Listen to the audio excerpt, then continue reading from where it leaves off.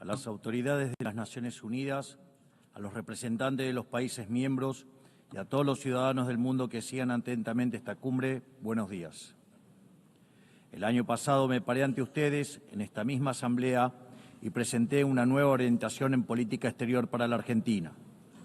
Sostuvimos que era imperativo un retorno a las ideas de la libertad, a los principios inmortales que sostienen la dignidad de la vida, la libertad y la propiedad de todos los individuos bajo la ley, y la necesidad de que la cooperación internacional tenga como fin precisamente asegurarlas. Sin embargo, advertí que la ONU se había alejado de su norte en las últimas décadas. El exitoso modelo de Naciones Unidas que hablaba de la necesidad de paz sin victoria y que se fundaba en la cooperación de los Estados-nación, se vio reemplazado por un modelo de gobierno supranacional de burócratas internacionales que buscan imponerle a los ciudadanos del mundo un modo de vivir determinado. Así es como pasamos de una organización que pretendía mediar la paz entre pares a una organización que pretende decidir no solo qué debe hacer cada Estado-nación, sino también cada uno de los individuos en las distintas latitudes del planeta. Nosotros creemos en el fin original de este organismo. Creemos que existen problemas globales que requieren del diálogo y la cooperación internacional para ser resueltos. Pero para eso debemos rechazar estas extralimitaciones que a menudo acompañan a las agendas nobles. Como sostuvimos el año pasado, no acompañaremos nunca el cercenamiento de libertades individuales, comerciales, ni la violación de los derechos naturales de los ciudadanos de los Estados miembros. Y durante el último año y medio hemos votado en consecuencia. Esto lo digo a sabiendas de que muchos no comparten mis palabras, porque como siempre dije, es preferible decir una verdad incómoda que una mentira confortable. En esta línea, hoy quiero hablarles acerca de un problema específico que enfrentan todos los países modernos. Actualmente, en todo el mundo se está planteando una contradicción entre el presente y el futuro, un problema de índole política, económica y filosófica, en cuya respuesta se juega el destino de la humanidad toda. Si lo llevamos a los términos de comodidad e incomodidad que he planteado, el mundo entero parece estar estancado en el confort del presente, haciendo caso omiso a las consecuencias que esto pueda traer en el futuro. Como la incomodidad le resta voto y poder a quien lo asume, los dirigentes prefieren hacer todo lo que está a su alcance para mantener el statu quo heredado, aunque sea a costa de las consecuencias futuras. Incendian el futuro para mantener caliente el presente. Así, los estados contemporáneos han entrado en una dinámica muy compleja de revertir, en la que los incentivos tanto de la población como de los políticos apuntan a privilegiar el repartir la riqueza de hoy por sobregenerar la riqueza de mañana. En todo momento, los tomadores de decisiones tienen frente a sí la decisión de o bien preservar el legado que les fue encomendado o bien destruirlo. Este legado puede ser riqueza acumulada, capacidad productiva, leyes o cualquier cosa que haga al bien común. Por lo general, si incineran su legado, si optan por la comodidad, tendrán grandes beneficios presentes, pero sufriendo costos futuros aún mayores. Si yo dispongo de un ahorro hoy, lo pierdo para mañana. Si lo mantienen por el otro lado, preservan el crecimiento y la prosperidad, tanto de sí mismos como de las generaciones futuras. Es decir, es necesario encontrar un equilibrio para que el pan de hoy no signifique hambre para mañana y así poder garantizar un incremento sostenido del bienestar, algo que los economistas llamamos crecimiento económico. Dicho crecimiento a veces se podrá sentir lento y a veces podrá verse frenado momentáneamente porque el progreso nunca es lineal. Pero es precisamente con su consistencia a largo plazo lo que ha revolucionado sistemáticamente el mundo y ha sacado a miles de millones de la pobreza. La diferencia entre crecer 0 y crecer 2% a largo plazo es la diferencia entre el estancamiento y la prosperidad. Los argentinos sabemos mucho del tema, siendo el único país de la región que no creció en los últimos 15 años. En el plano legal, la condición del crecimiento es la sacralidad de la propiedad y del libre mercado, que no es otra cosa que la libre cooperación entre pares, porque sin derecho de propiedad no hay ahorro, sin ahorro ni capacidad de intercambiarlo libremente no hay inversión, y sin inversión no hay crecimiento posible.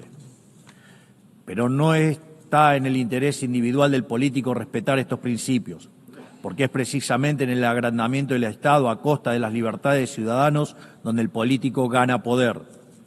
Es así que para el político siempre será redituable sacrificar el futuro en el altar del presente, porque consumir el capital acumulado genera bienestar momentáneo y ese bienestar momentáneo genera votos. Pero a cambio está sacrificando un futuro de mayor crecimiento, haciendo que la riqueza acumulada sea cada vez menor en el tiempo.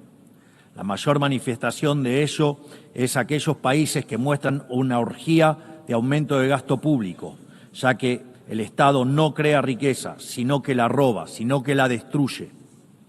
En este esquema, el político gana poder por vía doble, se legitima democráticamente y obtiene más recursos para gastar. Es decir, el político tiene un doble incentivo para fomentar esta traición intergeneracional, porque aunque en el futuro todos pierden, en el presente él más que nadie gana.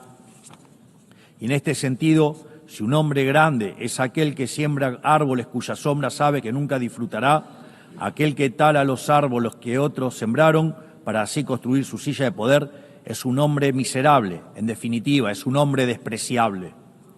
Este es el gran mal y la gran trampa a la que casi todas las naciones están de a poco sucumbiendo, porque cuando este proceso se lleva adelante, el crecimiento se estanca, y cuando el crecimiento se estanca, la demanda de redistribución se recrudece. Entonces el político populista grita con más fuerza, apelando a la envidia y al resentimiento. El final de este proceso es ver jóvenes desamparados, sofocados por el peso de un Estado que saben que solo está allí para explotarlos. Lamentablemente, las medidas de expansión fiscal, la expansión monetaria y la expansión del poder estatal por sobre el de los individuos conforman un patrón que se está repitiendo en todos los países, sobre todo en aquellos que componen el mundo libre. Pero el problema no es solo de política económica. Lo vemos también cuando se viola la igualdad ante la ley o se abren las puertas de forma indiscriminada a la inmigración por razones políticas. Contrariamente a lo que es la inmigración, en este caso se trataría de invasión. Y los organismos de cooperación internacional, de los cuales esta organización forma parte, tampoco son ajenos a este problema. Con el correr de los años, esta organización ha ido adquiriendo funciones ajenas a su espíritu fundacional. Ha ido creando capa sobre capa de organismos, agencias y programas hasta alcanzar una hipertrofia de administraciones que son poco efectivas a la hora de resolver los problemas para los cuales fueron creadas. Así, se engrosan las responsabilidades de la ONU, se engrosan los aportes recibidos por parte de las naciones miembros y se redujeron los resultados palpables que esta organización tenía para ofrecerle al mundo. A este cóctel de incentivos cruzados se le suma que, a diferencia de los primeros mandatarios nacionales, en las organizaciones internacionales nadie rinde verdaderamente cuentas por fallar en la resolución de un problema.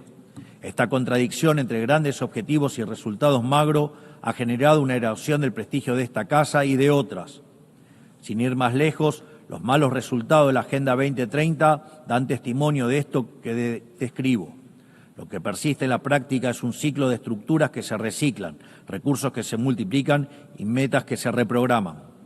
Por esta razón, la Argentina decidió en su momento apartarse de este proceso, porque veíamos en esta agenda un mal gasto de recursos escasos, con fines que no compartíamos y con el efecto de distraer la atención de las dificultades reales de un mundo encaminado al estancamiento.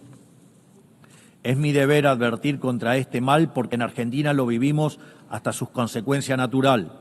Llegamos al fin del cómodo camino al que conduce desentenderse el futuro, o sea que venimos de un futuro que para ustedes aún no ha terminado de llegar. Y quiero decirles que están a tiempo de evitarlo, porque ninguna sociedad puede sobrevivir si incendia el futuro para calentar el presente. En mi país hemos aprendido por las malas una lección muy valiosa. Durante décadas se hipotecaron flujos futuros en función de repartir stock en el presente. En 2023 llegamos finalmente al largo plazo de 100 años consecutivos de hacer las cosas mal, de pasar la cuenta de mano en mano hasta que no quedó quien la pague. Y todo eso, sumado a lo que les conté previamente, terminó quebrando a nuestro Estado. Producto de esa implosión, durante el último año y medio tuvimos la gigante tarea de administrar la escasez extrema.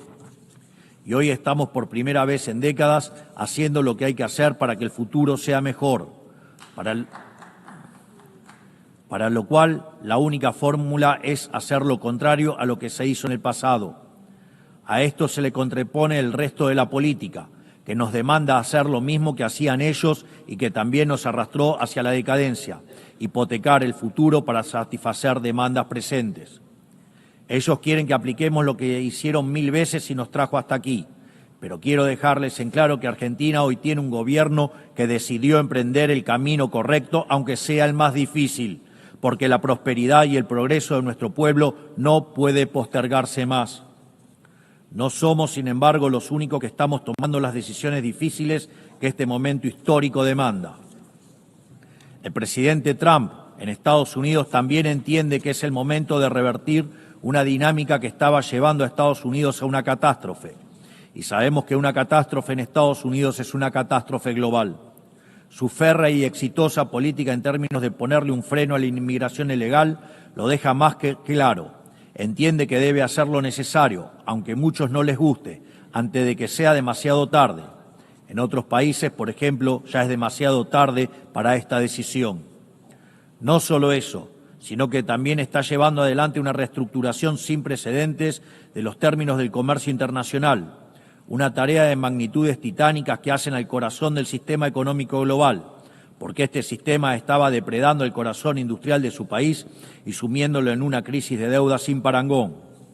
Más aún, está llevando adelante una limpieza de la captura institucional del Estado americano, porque en el mismo se habían infiltrado facciones de izquierda que atentaban contra cualquier programa de reforma, por más necesario que fuera. Este tipo de desafíos que tanto el presidente Trump como yo estamos abordando tienen un denominador común que todos los países del mundo e incluso las organizaciones supranacionales deben enfrentar. Deben encontrar la manera de recuperar un interés por el futuro y no sucumbir a la tentación de solo atender el presente. Esto es algo que las grandes naciones de Occidente durante mucho tiempo practicaron y necesitamos recuperar. Hace falta volver a las bases. Debemos recuperar una noción de lo prioritario, acompañado por recuperar una noción de hacer lo difícil y correcto por sobre lo fácil y cómodo. Tal como dije anteriormente, esto también es cierto para los distintos organismos internacionales que han sido incorporando gradualmente este accionar en su ecosistema. Creo que hablo por todos al decir que nos gustaría que la ONU lidere este cambio de paradigma, regresando a las bases que la han convertido en la gran organización que supo ser en el pasado. Por eso, quisiera humildemente poner a disposición de esta Asamblea 4 principios que creemos pueden ser útiles para seguir en pos de este objetivo. 1. Principio del mandato esencial. La misión central de la ONU es preservar la paz y la seguridad internacional. Todo lo demás debe concebirse como complementario a ese fin. La gestión estratégica de los recursos de esta institución requiere, por lo tanto, apegarse a esas prioridades, no a otras. 2. Principio de subsidiariedad internacional. La ONU debería intervenir sobre un tema únicamente cuando sea evidente que el problema excede de manera demostrable las capacidades de acción nacional. En todos los demás casos corresponde devolver la iniciativa a los Estados, que son quienes poseen legitimidad democrática y responden ante sus pueblos. 3. Principio de eficiencia institucional. Así como la Argentina ha iniciado un proceso de optimización del Estado, eliminando estructuras redundantes y devolviendo recursos a los contribuyentes, entendemos que la ONU necesita un camino similar. Ello implica la realización de auditorías confiables, el cierre de programas ineficaces, la consolidación de agencias únicas y un financiamiento condicionado a resultados verificables. 4. Principio de simplificación y racionalización normativa. La paz no es solo ausencia de conflicto, requiere sociedades prósperas. La cooperación internacional no debe transformarse en un obstáculo para el crecimiento económico y la generación de oportunidades. Por ello, solo debemos apoyar iniciativas que no restrinjan la capacidad de los Estados de liberar sus fuerzas productivas, atraer inversión y fomentar el comercio, que son el camino más exitoso para reducir la pobreza.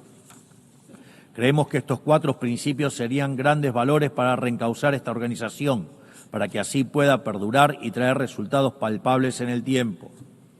Para finalizar, quiero recordar 4 cuestiones sensibles y de vital importancia para la República Argentina. En primer lugar, quiero reiterar nuestro reclamo legítimo e irrenunciable sobre la soberanía de las Islas Malvinas, Georgias del Sur, Sandwich del Sur y los espacios marítimos circundantes que permanecen ocupados ilegalmente. A pesar de los 80 años que pasaron desde la creación de esta organización, situaciones coloniales como esta siguen sin ser resueltas. Por lo que invitamos al Reino Unido a reanudar las negociaciones bilaterales de conformidad con la resolución 2065 de esta misma Asamblea General, junto con todas las resoluciones posteriores que la acompañan. En segundo lugar, quiero manifestar nuevamente mi repudio a las expresiones de violencia fundamentalista que aún existen y se propagan por el mundo. En Argentina ya sufrimos este horror con los ataques de la Embajada de Israel y la AMIA en los años 1992 y 1994 respectivamente. Por eso instamos a la comunidad internacional a fortalecer la cooperación jurídica para garantizar que las circulares rojas de Interpol sean respetadas y que los responsables de dichas atrocidades puedan comparecer ante la justicia, ayudándonos a terminar de cicatrizar esta dolorosa herida en la historia de nuestro país. Tercero, estamos asistiendo a una escalada inadmisible en la violencia política por parte de la izquierda a nivel global, violencia que en Argentina conocemos muy bien. Es inadmisible recurrir a la fuerza allí donde las razones fallan. Por eso repudiamos enfáticamente estos procedimientos que atentan contra las normas básicas de convivencia democrática. Cuarto, la situación del ciudadano argentino Nahuel Gallo, secuestrado y detenido de manera arbitraria en Venezuela sin imputación, sin asistencia legal ni consular. En palabras simples, una desaparición forzosa. Exigimos al gobierno de Venezuela su inmediata liberación y hacemos un llamado a la comunidad internacional para que acompañe este reclamo legítimo en defensa de los principios más básicos del derecho internacional y de la dignidad humana. Finalmente, reiteramos nuestra exigencia de liberación inmediata de los rehenes que aún permanecen cautivos en Gaza. Finalmente, que Dios bendiga al mundo libre, que las fuerzas del cielo nos acompañen. Muchas gracias a todos. Thank you very much on behalf